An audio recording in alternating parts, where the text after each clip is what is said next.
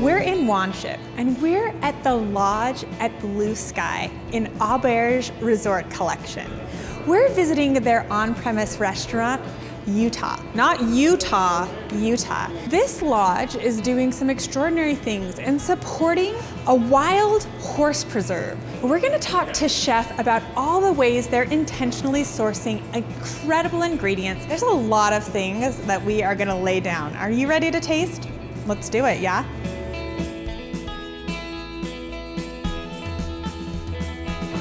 Chef Samara, how are you? I'm wonderful, Katie. How are you? I actually feel like I'm on vacation a little bit. Wonderful. Well, welcome Thank to you. Yuta Restaurant in the Lodge of BlueSky. Oh my gosh, I cannot wait to just sit and chat with you. I mean, the food here is fantastic. The ambiance is to die for. We're not gonna dine in the regular dining room, I'm told. I have a little private room for us. I have All some food ready and we can talk about it all. Awesome, lead the way, Chef. Okay, great.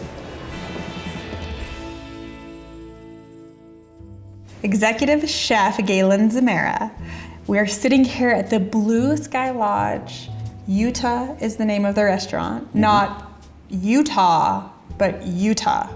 Yuta, Y-U-T-A, which means mountaintop or the top of the mountain in the Ute language. So here we are literally up in the mountaintops out in Wanship, just outside of Park City, and at our beautiful resort, the Lodge at BlueSky. What a amazing tribute. You know, that's important to us to give homage to the land and the area and the history here, and that's one of our premier focuses on the property. The food in front of us, a lot of it is grown on property?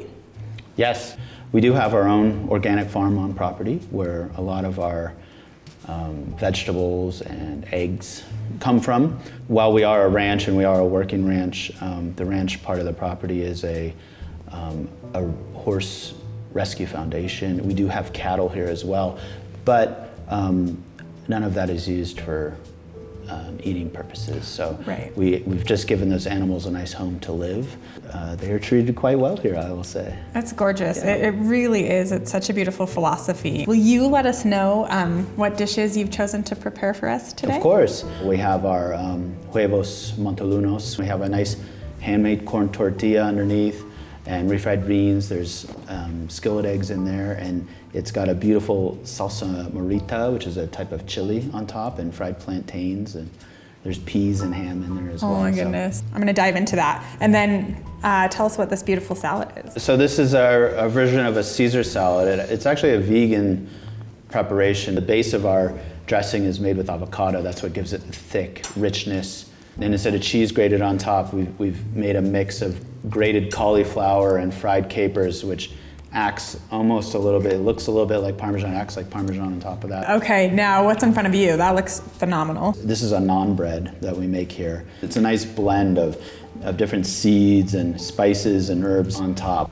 I made a English pea hummus with nice bright colors, and there's coconut yogurt on there. Oh, beautiful. A lot of layering of flavors and textures, which is essential in food. It's what makes it fun. Exactly. Here we have a tuna dish. This is really a signature dish that I've brought with me. I call this tuna l'occidental.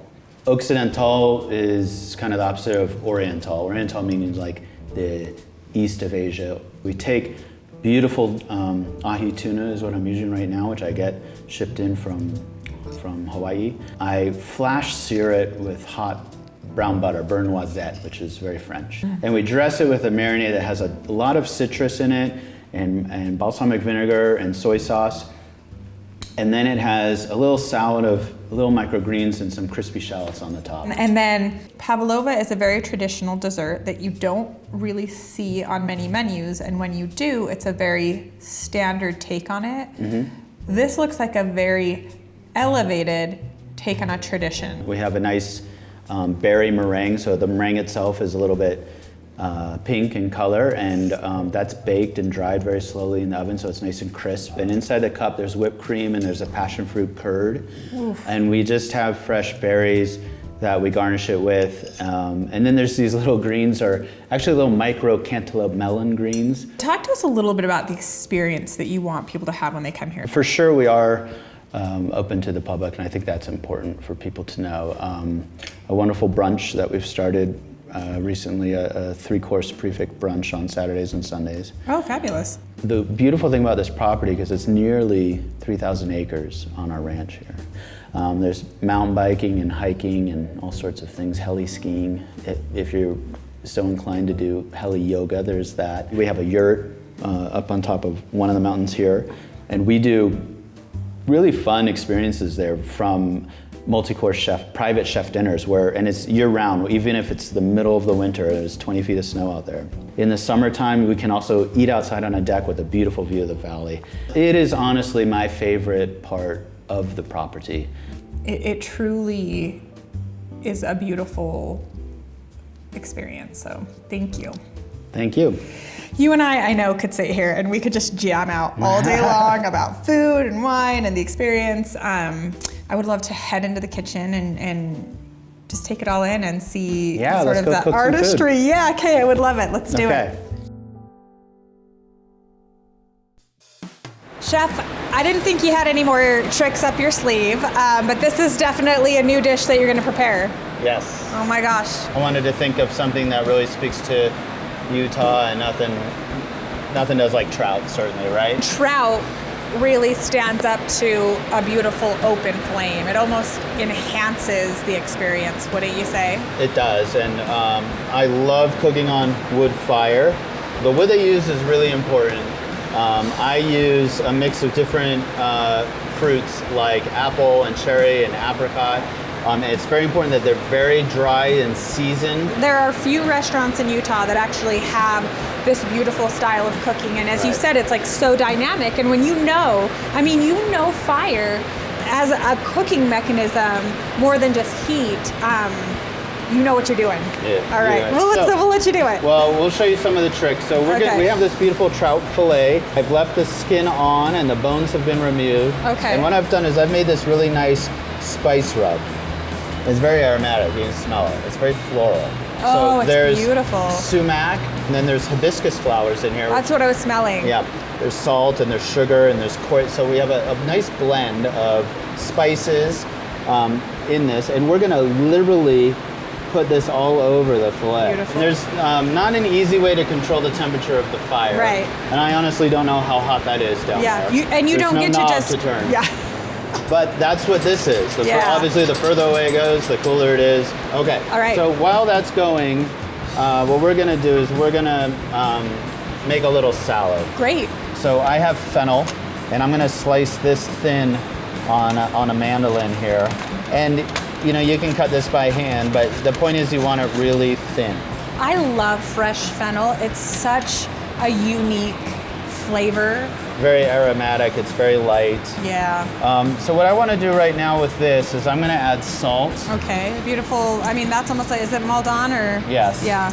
And a little bit of olive oil. You want now to soften this up.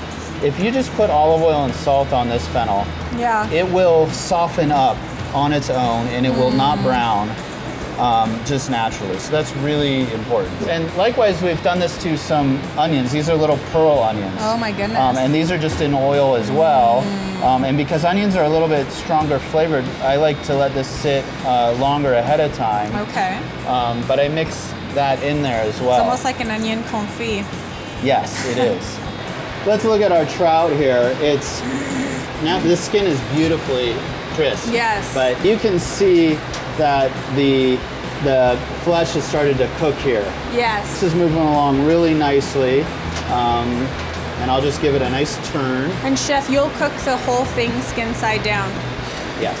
Wow, Yeah. that's fantastic. And it's going to leave the texture of the fish almost as if you poached it, just really delicate. Yeah, poached it with the steam, with the with smoke. residual heat, Yeah. I have a puree of sunchoke or Jerusalem artichoke. Love a sunchoke. Do you cut it with anything, Chef? Yes, this has, I don't like to use the butter in it. This has a little bit of dairy in it and olive oil. And you know what else you can put in this, which is really nice? A very little bit of vanilla. And vanilla and sunchoke, those flavors really work together well. You don't want it too sweet. You don't even want to be able to find it in there, but it just works. Just like a little hint. What I have here is some of the little fennel fronds, and you can put dill in here. And this is This is very delicate. Yes. So we don't want to put that in too early. Yes. Right? And how sustainable to be using the fronds, so basically fennel 2 ways. Right. And it's the ones that are in the heart of where the bulb comes up. Oh. Those are the ones that are more tender and more aromatic. Yeah. So you want to use those ones. And then I also have, this is amaranth, which is just a beautiful purple herb, which the flavor isn't anything overwhelming here. I like to just add this color to the dish. It's gorgeous. And it's going to speak to the purple that's in that rub. Oh, I love that. So just bring that out of the seasoning on the fish. Exactly. Yeah. Okay. Okay. So we have our really nicely cooked trout, which I just set Lovely. right on top of the puree. Okay. And then I have a dressing here that is horseradish and creme fraiche. Oh, wonderful. So just a little bit of spice, but then also creme fraiche is just so, almost like there's a bit of acid to it or something. It's just A little bit of sour. Yeah, sour, yeah. Okay, and then look at this simple, beautiful salad right on top. Oh, wonderful. So just nice and light and fresh. And really an easy preparation, I feel. But it's the simplicity of the wood and everything, the interesting flavors we have in this rub. Simple is a celebration, and that's exactly what you're doing here at Yuta. You're taking ingredients that are typica, or typical of our region, and you're celebrating it. You're letting the ingredients speak for themselves, letting them shine. It's clear you know what you're doing, but it's also clear that you have a unique passion that you infuse into every item that's on this menu, into your team and the community of servers. Hospitality is what you do, and I can tell it's in your blood. So just thank you so much, Chef. I might pop over to the bar and finish this beautiful experience with a cocktail that is in honor of these horses that you're rescuing. Yes. Well, I'll let you enjoy that, and I will see you soon. Okay, thank you.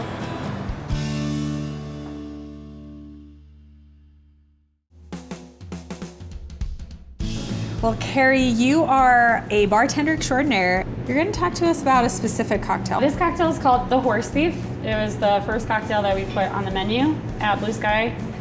The proceeds go to our Saving Graces Foundation, which is a nonprofit that goes to saving horses. That's pretty amazing. What is the Saving Gracies? Saving Foundation? Gracies is the nonprofit organization that Barb started back in around 2013 when she first saved her first horse in a situation where there was about 40 horses that were abandoned out in Spanish Fork.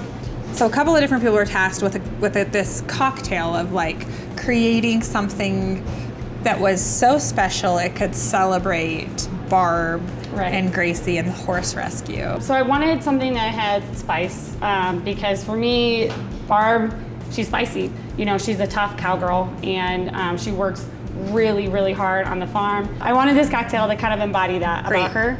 So we came up with ginger along with the blackberries. Blackberries are more of a tart fruit, you know? Anybody who makes cocktails in general knows that you have to have a certain balance in your drinks, and citrus is a huge component in a cocktail. Yeah. So we add some fresh squeezed lime juice. Then you've got High West, because like number one, High West is down the street. The campfire for High West, it was actually my favorite whiskey that they have. It has a smokiness to it. It kind of has that kind of like that feeling of being around a campfire. Chartreuse is an amazing liquor that you can just kind of like put in any drink, really. I think that would enhance the flavors that you have. And then the main component that we have is our reposado tequila. Nice. At this point, I just muddle everything all together. Okay. This rim has chili peppers, it has arbol pepper, ground up, sea salt. It gives it a great color as well. So then at that point, you're ready to shake up your drink. Okay. You want the ice to fully move through all of the liquid. Oh, it's gorgeous. All right, nice. And we garnish with just a regular old lime wheel. every guest who orders this will get a special card. It has the horse thief card. It has a condensed story on how Barb stole Gracie. She stole her, but really she saved her. She's still on property, living her best life, as are all of the horses that were saved on property. We always say, like, as a joke, that with the next life that we live, we want to die and come back as a horse on BlueSky. That cocktail is so special and so meaningful, and just what a beautiful, beautiful vibe there is up here. Just thank you so much, Carrie. This has been amazing.